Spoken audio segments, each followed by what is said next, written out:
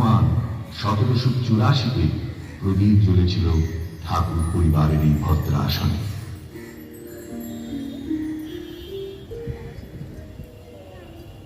কেমন ছিল প্রাচীন কলকাতা? নবাব আলীবর্দী রাজা কৃষ্ণচন্দ্রের সঙ্গে আসছেন কলকাতায়। রাজা দেখালেন আসি পলাশীর কাছে, জল নাই প্রজা নাই বন হয়ে আছে। ক্রমে হইলেন কলিকাতা উপস্থিত, ইহার দুর্দশা দেখি নবাব স্তম্ভিত।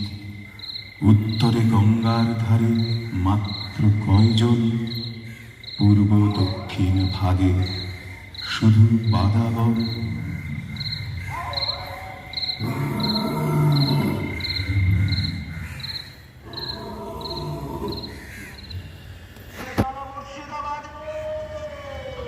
আলীবর্দী ফিরে গিয়েছিলেন, কিন্তু ইংরেজ কোম্পানি বেছে নিয়েছিল এই কলকাতাকে, আদ্যিকালের কলকাতা, যেখানে ডাঙায় বাঘ, জলে কুমির আর জঙ্গলে ডাকাত।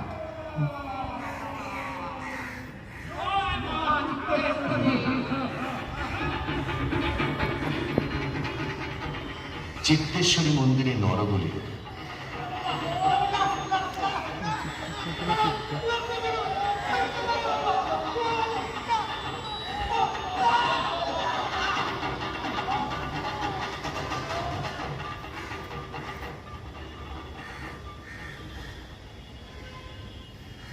কলকাতার প্রাচীন পথ এই চিতপুর। ইংরেজরা বলতো রোড টু কালীঘাট। 1757 পলাশী যুদ্ধ জয় করে ক্লাইভ ফিরলেন কলকাতা।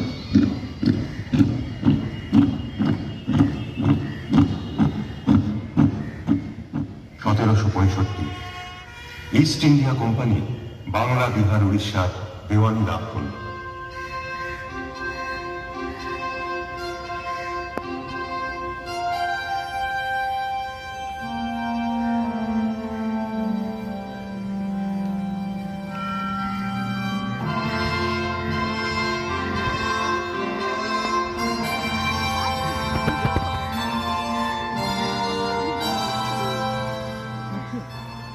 কলকাতা হয়ে উঠল পূর্ব ভারতের আমদানি রপ্তানির জমজমাট কেন্দ্র। কলকাতা বাড়ছে, কাজকর্মও বাড়ছে। দেওয়ান, মুৎসুদ্দি, বেনিয়ান, কারা তা প্রাচীন ছড়ায় বলছে, পিরালি গায়ে তাঁতি আর সোনার বেনে করিলে আবাদ তারা দেশ বয়ে ধনে। পঞ্চানন কুশারী সেই বিরালি ব্রাহ্মণ। অন্তজ মানুষদের কাছাকাছি ছিল এই বিরালি ব্রাহ্মণরা। লোকে ডাকত ঠাকুর। 1784 সালে নীলমণি ঠাকুর নিজস্ব উপার্জন লব্ধ নগদ 1 লক্ষ টাকা ও লক্ষ্মী জনার্দন শিলা নিয়ে প্রথমে পাথুরিয়াঘাটা, পরে জোড়াসাঁকোয় আটচালা বাঁধলেন।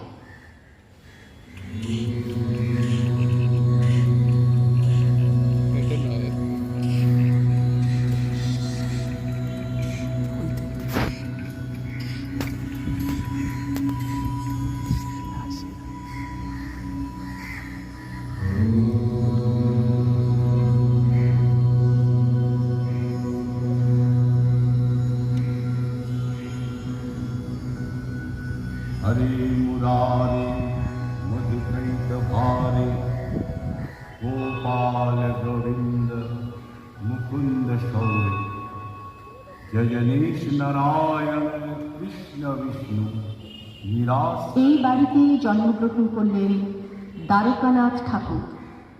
কলকাতা তখন সরগরম বাইখ্যামটা, হাফাকড়াই আর কবি গানের আসন। আমি তো গুনে হাতে যাব সঙ্গে, আমি তো গুনে হাতে যাব সঙ্গে। ধাক্কা ফেলে কাছে ধাক্কা ফেলে আধি চাদর চুমক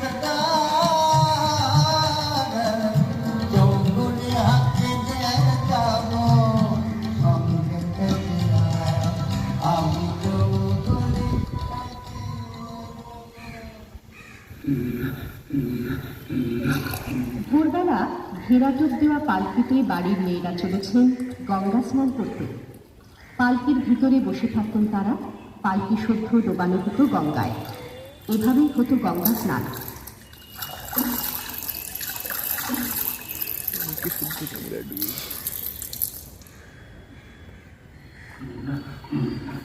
নতুন ও পুরাতন সংঘাত ও সমন্বয়ের ভেতর দিয়ে কলকাতার সংস্কৃতির বুনিয়াদ গড়ে উঠছে। দেওয়ান রামমোহন রায় আসছেন দ্বারকানাথের সঙ্গে দেখা করতে। আপনি কি চাকরি ছেড়ে রংপুর থেকে চলেই এলেন? হ্যাঁ দারোগানাথ, চাকরি ছেড়েই চলে এলাম। কোম্পানির চাকরির চেয়ে আরো জরুরি কাজের তাগিদ অনুভব করছি অন্তরে। আমার আশা আমরা দেশের জন্য কিছু কাজ করে যেতে পারব। তুমি কি কোম্পানির চাকরি করছো? হ্যাঁ, এবং নিজেও কিছু কিছু ব্যবসা করছি। তুমি তো ইংরেজি শিখেছো? হ্যাঁ, সে বোর্ডের স্কুলে। আমার ইচ্ছা ভালো করে ইংরেজি শিখে ইংরেজদের মতন স্বাধীন ব্যবসা করব। দেখো, আমাদের কিন্তু শিক্ষা ও সংস্কার এই দুটো কাজ একসঙ্গে চালাতে হবে। রামমোহন ও দ্বারকানাথের এই ধাবমান জুড়ি গাড়ির গতির সঙ্গে নবজাগরণের রথ চলছিল বীরপুর প্রদেশে। 1817 হিন্দু কলেজ প্রতিষ্ঠা। বাবু দ্বারকানাথ ঠাকুর হিন্দু কলেজ প্রতিষ্ঠাকল্পে 10,000 টাকা দান করলেন।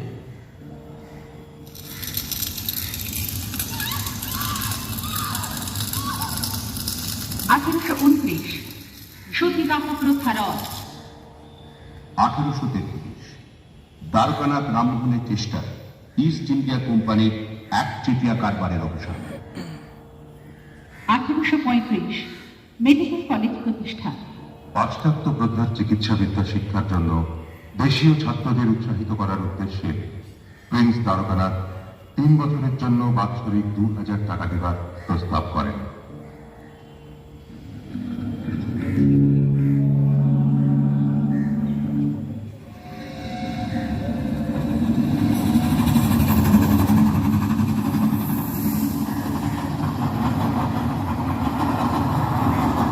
প্রিন্স দ্বিতীয়বার বিলাত যাত্রা করছেন। সঙ্গে 4 জন মেডিকেল ছাত্র তারই খরচায় উচ্চশিক্ষার্থী চলেছে। আর তিনি ফিরবেন। সুপুত্র দেবেন্দ্রনাথ এখন প্রধান পুরুষ এই বাড়িতে। সেই দেবেন্দ্রনাথ, কিন্তু গগনে ভয়ানক ঝড় প্রথম তার পিতামহী অলকা সুন্দরীর মৃত্যুতে, তারপর সেই ঝড় এলো একখানি ছোট পত্র। কি ছিল সেই বাতাসে ভেসে আসা ছেঁড়া পাতায়?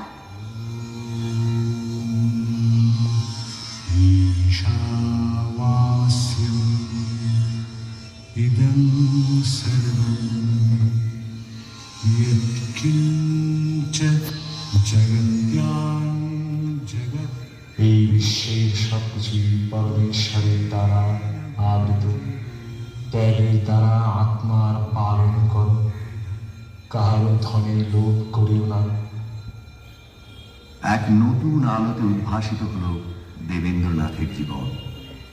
দেবেন্দ্রনাথের নেতৃত্বে প্রতিষ্ঠিত হল তত্ত্ববোধিনী সভা, বাংলার সামাজিক ইতিহাসে উল্লেখযোগ্য পদক্ষেপ। তখন আলেকজান্ডার ডাফ প্রমুখ মিশনারিদের খ্রিস্ট ধর্ম প্রচারের সময়, হিন্দু সন্তানদের বিদ্রোহের সময়।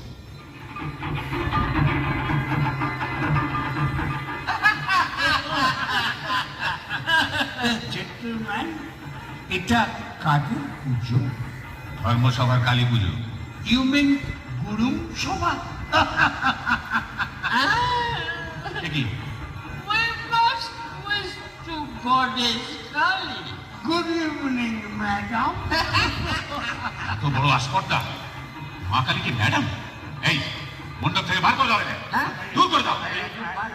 একদিকের এই বিকৃত উন্মাদনা, অন্যদিকে রক্ষণশীলদের সংস্কার বিমুখতা, দুই স্রোতের গতিরোধ করলেন দেবেন্দ্রনাথ। 1843 সালে ভ্রাতা গিরীন্দ্রনাথ সহ 21 জনকে নিয়ে ব্রাহ্ম ধর্ম গ্রহণ করলেন দেবেন্দ্রনাথ।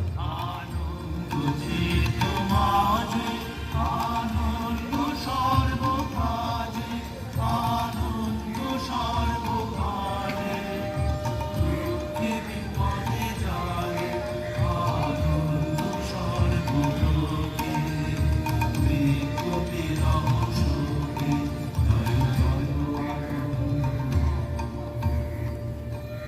রাজনারায়ণ বসুর প্রেরণায় নবগোপাল মিত্রের উদ্যমে এবং ঠাকুরবাড়ির প্রত্যক্ষ পৃষ্ঠপোষকতায় শুরু হলো হিন্দু মেলা।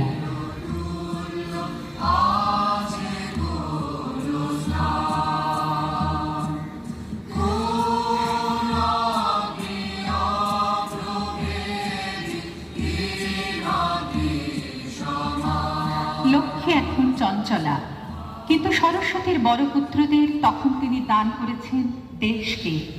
সেই দান তার পুত্র কন্যারা দ্বিজেন্দ্রনাথ, সত্যেন্দ্রনাথ, জ্যোতিরিন্দ্রনাথ, স্বর্ণকুমারী দেবী এবং রবীন্দ্রনাথ। সংস্কৃতির শোভন সুন্দর চারুলতা মহর্ষি ভবনের মাটি থেকে ঊর্ধ্বমুখী হয়ে আকাশকে ছোঁয়ে। এবারে সেই পর্ব। সংস্কারের অদ্দল খুলে দেওয়া হলো এই বাড়ি থেকে। স্বদেশ চিন্তা, সাহিত্য ও সঙ্গীত চর্চার এক জীবন্ত পরিবেশ।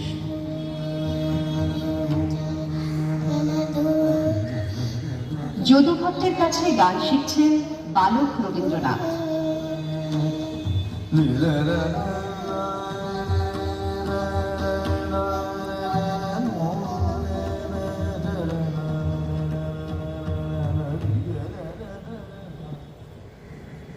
উমাংশী পদতলে হইলেন নত, সহসা অলঙ্ঘতে পড়িল খসিয়া জবকন্যিকার ফুল মহেশ চরণে। কিশোর রবীন্দ্রনাথ কুমার সম্ভব অনুবাদ করছেন। অন্য নারী অনুরক্ত নহে যেই জল, হেন প্রতি লাভ করো আশি শিলাধি, যাহার কথা খুব হয় না অন্যথা। রবীন্দ্রনাথের জ্যোতি দাদা একদিন রূপ দেখছিলেন তার লেখা সরোজিনী নাটকের। সহসা সেখানে রবীন্দ্রনাথের প্রবেশ। জ্যোতি দাদা, কে রে? রবি, আয় আয়। রবি, শোন তো এখানটা। এই যে আমার সরোজিনীর পঞ্চম অঙ্কে রাজপুত মেয়েরা যেখানে চিতা প্রবেশ করবে, সেখানের এই বক্তৃতা কেমন লিখেছি শোন তো। আমি আগেই দেখেছি জ্যোতি দাদা, গদ্য চলবে না ওখানে, পদ্য ছাড়া কিছুতেই জোর হবে না। সে কি পদ্মের তেমন তেজ হবে? আচ্ছা তুমি একবার শোনো। জল জল চিতা দ্বিগুণ দ্বিগুণ, পরাণ সবিবে বিধবা বালা, জুলুক জুলুক চিতার আগুন, জুড়াবে এখনই প্রাণের জ্বালা।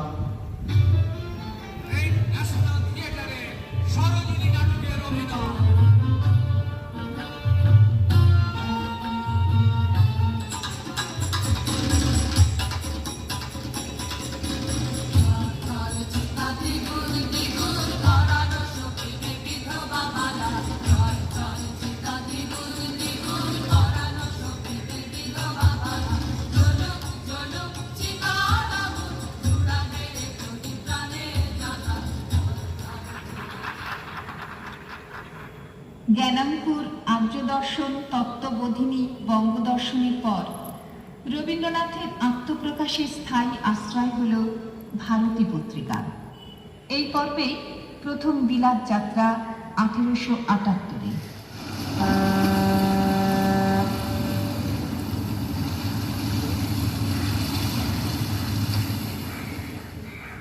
ফিরে এসে এই ঠাকুর বাড়ির ছাদে বাল্মীকি প্রতিভার অভিনয়। থাম থাম কি করিবে বোধে পাখিটির রাখো মিছে ও সব কথা, কাছে মোদের এসো না করে থাক, চাই নেই ও সব শাস্ত্র কথা, সময় বহে যায় যে।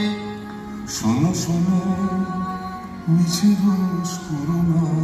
থামো থামো ঠাকুর, এই ছাড়ি বান।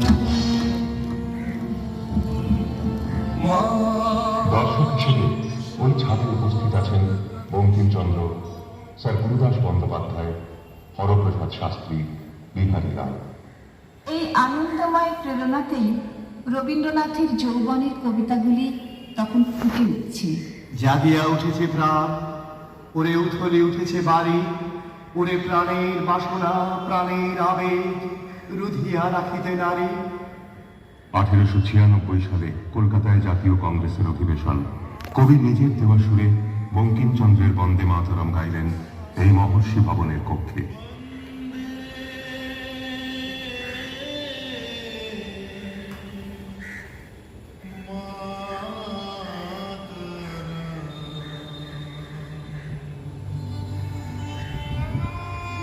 শতাব্দীর ক্রান্তিকাল, বঙ্গভঙ্গের বিপুল উন্মাদনায় স্বদেশীর আহ্বান।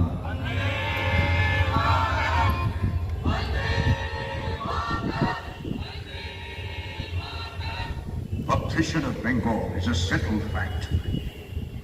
1905 বঙ্গভঙ্গ আন্দোলনের বিরুদ্ধে যখন গর্জে উঠল দেশ,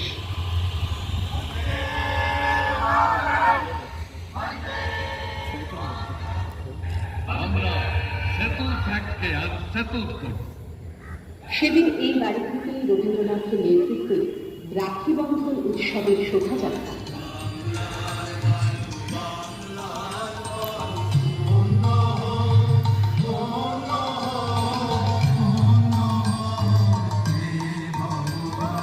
রবীন্দ্রনাথ চলেছেন গান গেয়ে, সঙ্গে দীনেন্দ্রনাথ, রামেন্দ্র সুন্দর ত্রিবেদী, ঠাকুর বাড়ির ছেলেরা।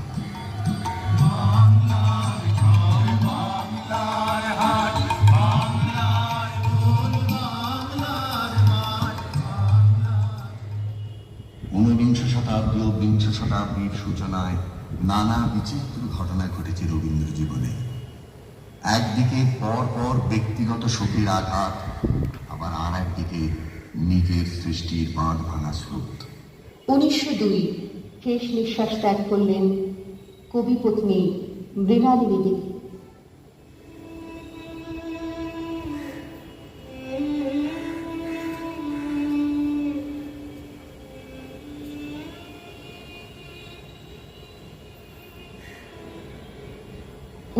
তিনি আদরিণী কন্যা রেণুকার মৃত্যু।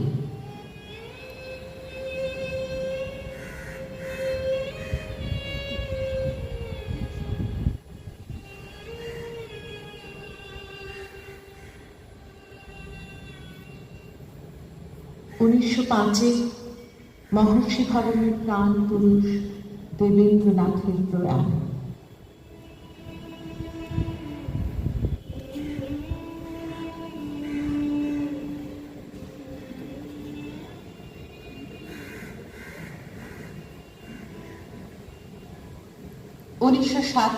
কনিষ্ঠ পুত্র সমেন্দ্রনাথের মৃত্যু।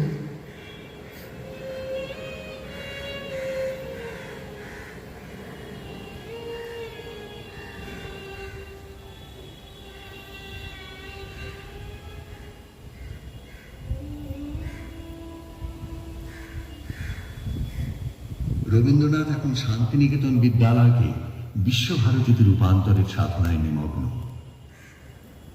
আর এই ঠাকুর বাড়ির দক্ষিণের বারান্দায় অবনীন্দ্রনাথ, গগনেন্দ্রনাথ, নন্দলাল বসু আরও অনেকে শিল্পচর্চায় নিযুক্ত। সেখানে হ্যাভেল সাহেব, আনন্দ কুমার স্বামী, ভগিনী নিবেদিতা, জাপানি চিত্রশিল্পীদের জাদা। 1913 রবীন্দ্রনাথ নোবেল পুরস্কার পেলেন। এশিয়ার প্রথম ব্যক্তি যিনি এই সম্মানের অধিকারী হলেন।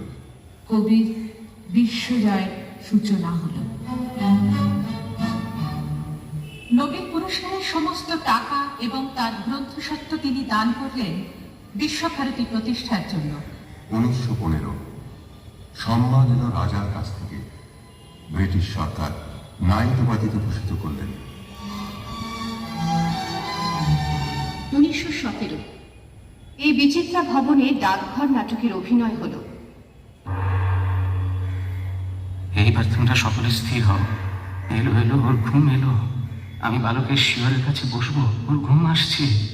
প্রদীপের আলো নিভিয়ে দাও। ওর ঘুম এসেছে। এখন আকাশের তারাটি থেকে আলো আসুক।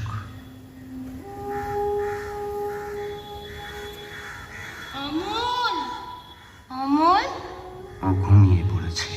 আমি যে ওর জন্য ফুল এনেছি, ওর হাতে কি দিতে পারবো না? আচ্ছা দাও তোমার ফুল। অভিনয় শেষে সকলে একে একে উঠে আসছেন।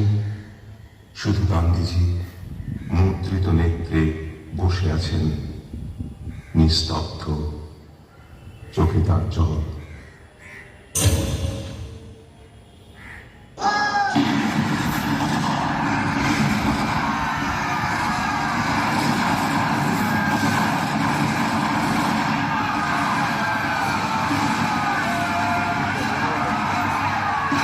উনিশশো 13 এপ্রিল, জালিয়ানওয়ালাবাগ। স্বাধীনতার আকাঙ্ক্ষাকে স্তব্ধ করে দেবার দানবীয় আয়োজন।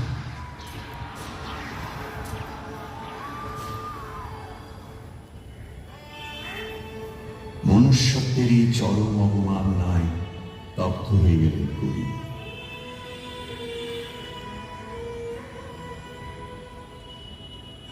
প্রতিবাদের উপায় খুঁজতে গিয়ে তিনি প্রথমেই তীব্র ঘৃণায় বর্জন করলেন ইংরেজির দেওয়া স্যার বলে।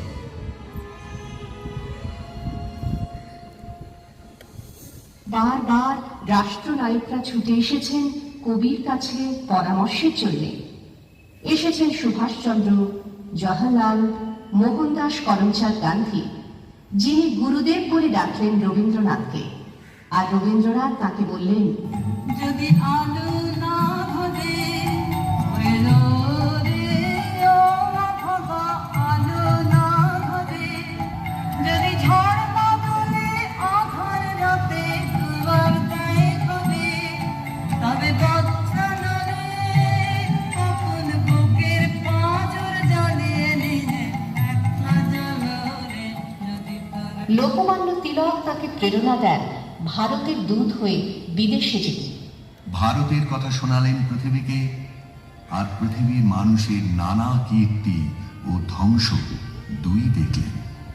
পদানত মানুষের বিপুল উত্থান ও জয়যাত্রাও প্রত্যক্ষ করলেন। 1931 কবি চলেছেন গড়ের মাঠে মনুমেন্টের পাদদেশের বিরাট জনসভায় হিজলি ও চট্টগ্রামের নৃশংস ঘটনাবলীর প্রতিবাদ জানাতে। ব্রিটিশ শাসন যখন জনমতকে উপেক্ষা করে অনায়াসে বিভীষিকার বিস্তার করেছে, তখন তাদের রাষ্ট্রবিধির ভিত্তি জীর্ণ হয়ে গেছে।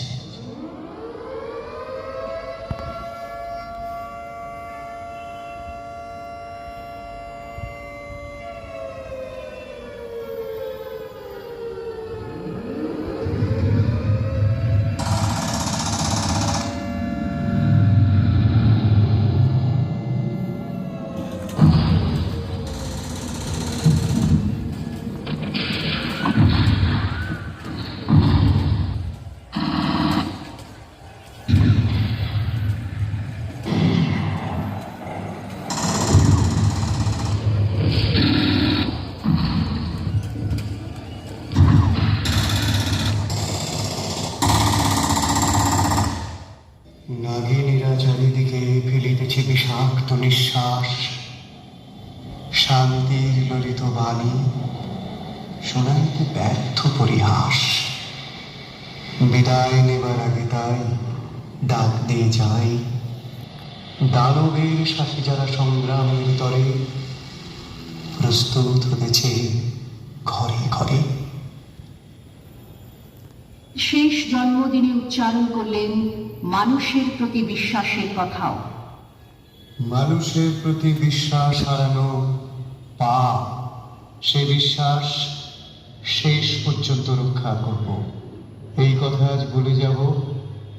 প্রবল প্রতাপশালীর ক্ষমতা, মদমত্ততা, আত্মম্ভরিতা যে নিরাপদ নয়, তারই প্রমাণ হবার দিন আজ সম্মুখে উপস্থিত হয়েছে।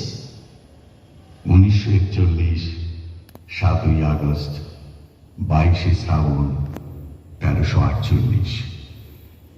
শেষ নিঃশ্বাস ত্যাগ করলেন কবি, যিনি ছিলেন এই মহর্ষি ভবনের মহাদীপ্তিমান সূর্য। একটি মহাজীবন আমাদের দিয়ে গেল এক দীপ্যমান উত্তরাধিকার। সমকালের মহানবী যাত্রা স্থান পেল চিরকালের মানব ইতিহাসে।